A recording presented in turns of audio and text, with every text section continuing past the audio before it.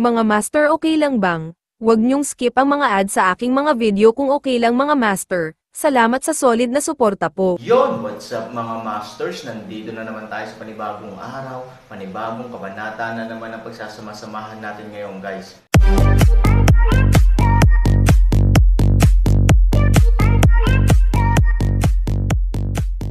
Bali mga masters, kung bago ka pa lang po sa aking YouTube channel, please click the subscribe button, lalong-lalo na po yung notification bell, guys, para maging connected pa rin tayo sa isa't isa at maging updated kayo sa mga susunod ko pang video.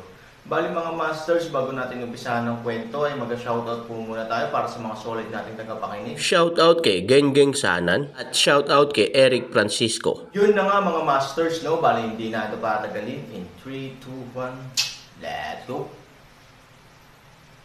Paano ito nangyayari? Si Han Sancheni ay ganap na natulala ng ilang sandali. Sa kanyang lakas, siya ay isa lamang mortal, hindi banggitin ang paglipad sa langit. Kahit na gusto niyang maging mas flexible ngayon, ito ay walang saysay. Ngunit sa kasamaang palad, nangyari ang mga bagay patungo sa hindi kapani-pani walang wakas na ito. Hindi niya maintindihan, pero wala rin siyang panahon para intindihin siya.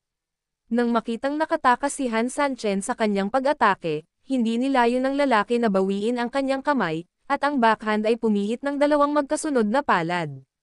Ang kanyang mga diskarte ay sanay, at ang mga trick na ginagamit niya ay napaka-domineering. Kahit na tingnan lang ito ni Han Sanchen, masasabi niya ng buo na ang taong nasa harap niya ay talagang isang first-class peerless master. Not to mention the current self, kahit gusto siyang makilala ng peak self, siguradong hindi ito madaling bagay.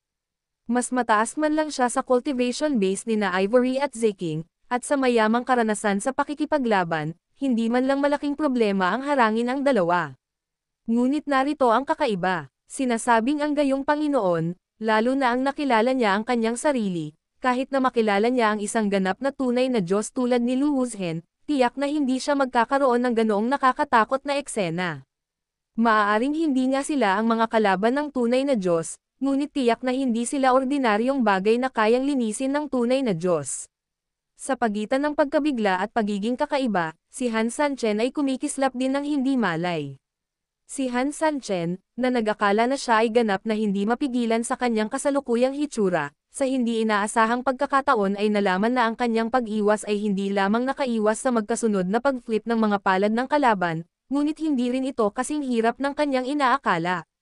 Sa kabaligtaran, relaxed lang siya, bakit bigla akong bumalik sa aking peak? Kumunot ang noo ni Han Sanchen, saglit na hindi maintindihan. Ngunit sa pagitan ng pagpihit ng kanyang mga kamay, kitang-kita niya ang mga pagsabog ng matinding hininga na nakapaloob sa kanyang mga kamay, at pagkatapos ay itinaas ang kanyang kanang kamay, tahimik na nagniningas, handa nang umalis. Depende sa, walang kamalay-malay, talagang hindi niya maipaliwanag na naibalik ang kanyang orihinal na anyo at kapangyarihan. Bueno, ngayong nakarecover na siya, at muling sinubukan ng kalaban na umatake, ang pagkalito ni Han Sanchen ay nauwi sa tiwala sa sarili. Matagal-tagal na rin simula nung naging ganito ako. Sa totoo lang, matagal nang nangangati ang mga kamay ni Han Sanchen. Bihira lang magkaroon ng master duel, kaya sasamahan kita sa paglalaro ng masaya. Sa sandaling bumagsak ang mga salita, mabilis na tumalikod si Han Sanchen mula sa depensa patungo sa pag-atake, at nang igalaw niya ang kanyang mga paa, ang jade sword sa kanyang kamay ay nahawakan na at nabaril. Magsipilyo, nakaligtaan ang espada, ngunit nagbukas din ito ng sapat na espasyo, na siyang nais ni Han Sanchen sa kanyang puso. Sa puwang na ito, sa susunod na segundo, ang 3,722 way na Divine Sword ni Han ay umatake na parang ulan ng mga bulaklak ng peras. Ang masalimuot at katanji tanging swordsmanship ay halos naging sanhi ng matinding pag-atake ni Han Sanchen at may kaunting mga kahinaan. Maaaring hindi inaasahan ng mga nalilito na ang ganting atake ni Han Sanchen na napakabilis at napakabangis. Sa pagmamadali, ang kanyang mga kamay at paa ay nagulo, at siya ay pagod, pawis na pawis at puno ng mga kapintasan. Gayunpaman, kahit na, ang mga master ay palaging masters.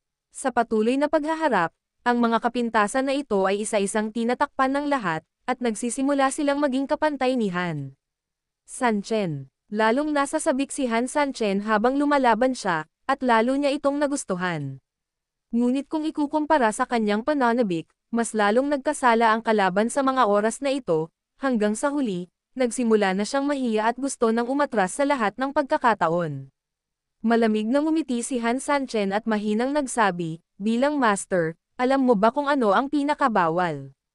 Iyon ay ang pagkatakot sa kaaway sa labanan.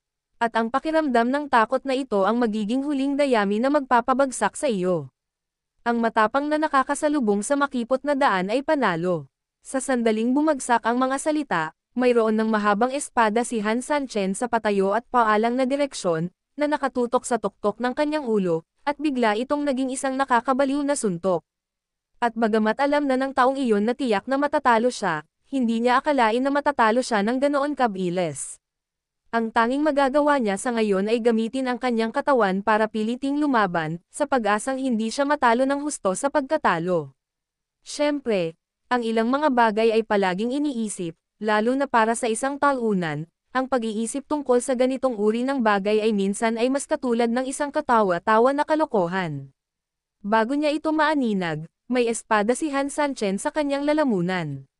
Binigyan siya ni Han Sanchen ng malamig na tingin at mahinahong sinabi, "Sino ka?" Hawak ang espada sa lalamunan, hindi nang ahas na kumilos ang lalaki kung gugustuhin niya, dahil alam na alam niya kung ano ang haharapin niya kapag gumalaw siya.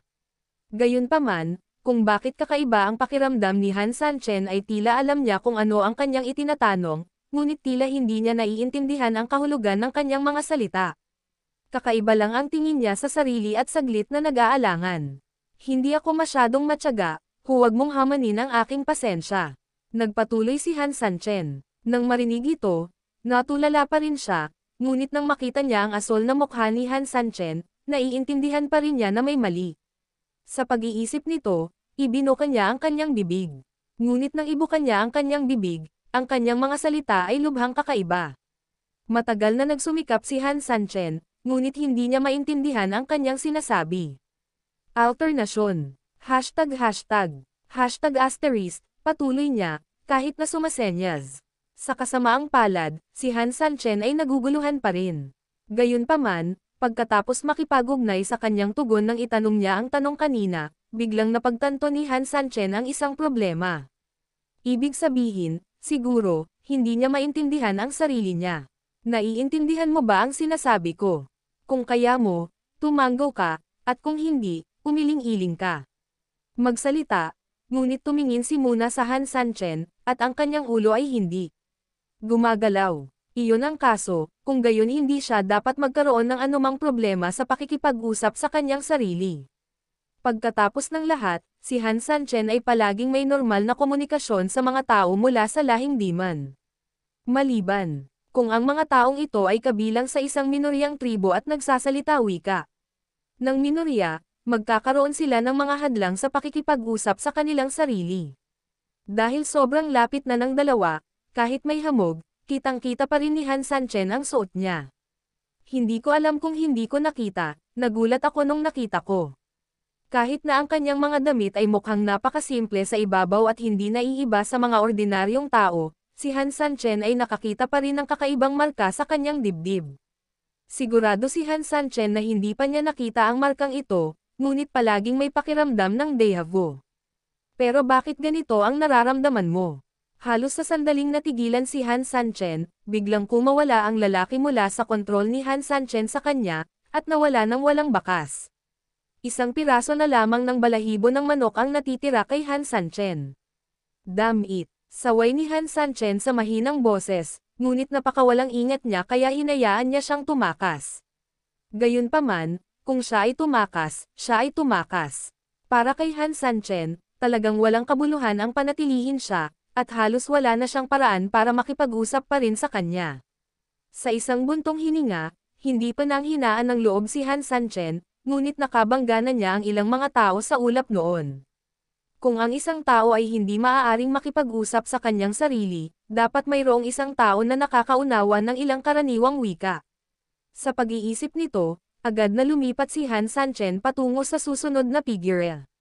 Sa karanasan ng unang pagkakataon, ang pangalawang pagkakataon at ang pangatlong pagkakataon ay pamilyar na pagmamaneho. Hindi nagtagal ay natagpuan ni Han Sanchen ang isa pang pares ng mga paa at isa pang tao sa maulap na anino. Noong una, hindi niya alam kung paano ito gamitin at nagagawa niyang harangan ang isang tao. Ngayon, nasa kanya na ang basbas ng Taisho God Step, at mas mahirap na arestuhin siya. Mag-usap tayo. Gayunpaman, halos kaparehong sitwasyon ng unang tao ang nangyari muli. Takot na takot din siya sa sarili niya. Kapag nakita niya ang sarili niya, parang nakakita siya ng multo. Gusto niyang tumakbo ng nagmamadali. Kapag nalilibyugan siya mag-isa, mabilis siyang lumalaban. Ngunit kahit na ano, ang resulta ay palaging pareho, at hindi nagtagal pagkatapos ng gusot, sa wakas ay natalo siya ni Han Sanchen. Sa karanasan ng pagtakas noong nakaraang pagkakataon, mahigpit na binantayan si Han Sanchen sa pagkakataong ito, na hindi binibigyan ng kaunting pagkakataon ang kabilang partido. Hindi lamang isang espada ang diretso sa leeg ng kalaban, ngunit sa parehong oras, isang kamay ang nakadikit sa kanyang balikat. Nakatakbo ka na sa unang taon ng bagong taon, ngunit hindi ka makakatakbo sa ika-15, hindi ba? Sino ka? Malamig na tanong ni Han Sanchen. Bagamat may ilang paghahanda sa kanyang puso si Han Sanchen, hindi niya akalain na kapag tumunog muli ang pamilyar ngunit ganap na hindi maintindihang wika, para siyang tumama sa isang makapal na pader. Hawakan mo. Wala akong pakialam kung naiintindihan mo ito o hindi, kailangan mong iguhit ito para sa akin kahit na gusto mo itong iguhit. Malamig na tiningnan siya ni Han Sanchen matapos ang mga salita. Isa pang nakatulala ang nangyari kay Han Sanchen. Nakita ko itong marangal na buhay na lalaki sa kanyang harapan. Matapos marinig ang kanyang mga sinabi, biglang napahiya ang kanyang buong mukha, na para bang may nangyayaring sobrang sakit.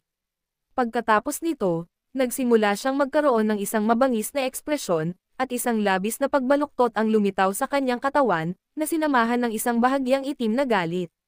Sumimangot si Han Sanchen at tumingin ng malapitan, labis na nagulat. Sa itim na hangin, nagsimulang kumalat ang kanyang katawan na parang usok at patuloy na sumangga. Pagkatapos noon, wala pang 10 segundo, siya ay isang mabuting buhay na tao, ngunit sa isang iglap ay nauwi ito sa kawalan, na naging sanhi ng mga tao na hindi makapagsalita at lihim na nagulat sa parehong oras. Paano nangyari ito? Sa pagtingin sa lalaking ganap na naging itim na gas at nawala, si Han Sanchen ay ganap na natulala, hindi maintindihan kung ano ang nangyari sa gitna. Malinaw na siya ay isang taong may laman at dugo, ngunit paano siya biglang? Hindi siya gumamit ng anumang paraan laban sa kanya, at natitiyak ni Han Sanchen na walang ibang umaatake sa kanya, kaya siya hindi ka panipaniwala. Parang bigla siyang nagkaroon ng cultivation base at true energy ngayon, na nakakagulat lang. Anong kalokohan ang nangyayari dito? Si Han Sanchen ay hindi nakaimik, ganap na nalilito kung ano ang nangyayari. Gayunpaman, habang mas nangyari ito, mas naging malinaw si Han Sanchen, at gusto niyang mahuli ang isang tao upang magtanong sa kanya ng mas malinaw. Hindi bababasa, bilang maaari mong hulaan mula sa kasalukuyang sitwasyon, marahil ito ay dahil ang taong iyon ay may gustong sabihin sa kanya, ngunit siya ay direktang inalis dahil sa pag-trigger ng isang bagay. Kaya ito dapat ang tamang gawin.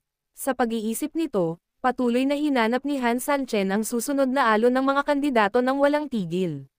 Sa unang 2 beses, ang natitira ay mas madali. Ang paghahanap ng isang tao ay kasing simple ng pag-inom ng tubig.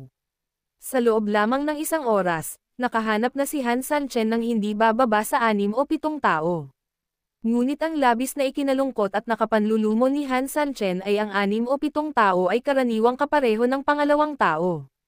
Kung may nangyaring mali, sila ay naging itim na usok at tuluyang nawala sa lugar. Hanggang sa ika-10 tao lang nagsimulang magbago ang mga bagay. Siya ay napakalakas, at ang kanyang cultivation base ay tiyak na higit sa lahat ng nasa harapan. Maging si Han Sanchen ay napakahirap harapin, at kahit sa ilang mga laban, muntik na niya itong mapabaligtad. Pagkatapos ng mahabang labanan, sa wakas ay nagawang manalo ni Han Sanchen. Sa nakaraang karanasan, mas natuto si Han Sanchen sa pagkakataong ito. Sa pagharap sa pakikipag-usap sa kanya, halos umikot si Han Sanchen at hindi siya pinilit sa isang dead end, baka ang sitwasyon ay bahagyang mali. Pinaglaruan lang ng lalaki ang sarili niya at nawala ulit. Ito dapat ang huling tao sa sitwasyon na mayroon siya ngayon. Kung kahit siya ay tapos na, Halos makasigurado si Han Sanchen na makakapaglaro lang siya dito mag-isa, at hindi niya ito maisip mag-isa. Itinalis siya ni Han Sanchen, hindi siya tinanong o ginalaw, hayaan siyang manatili sa kanya.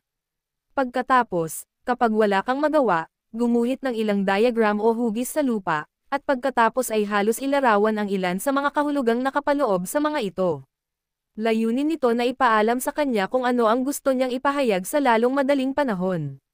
Anyway, alam ni Han Sanchen na walang pinagkaiba sa pagitan niya at ng iba, at hindi niya dapat maintindihan ang sinasabi niya.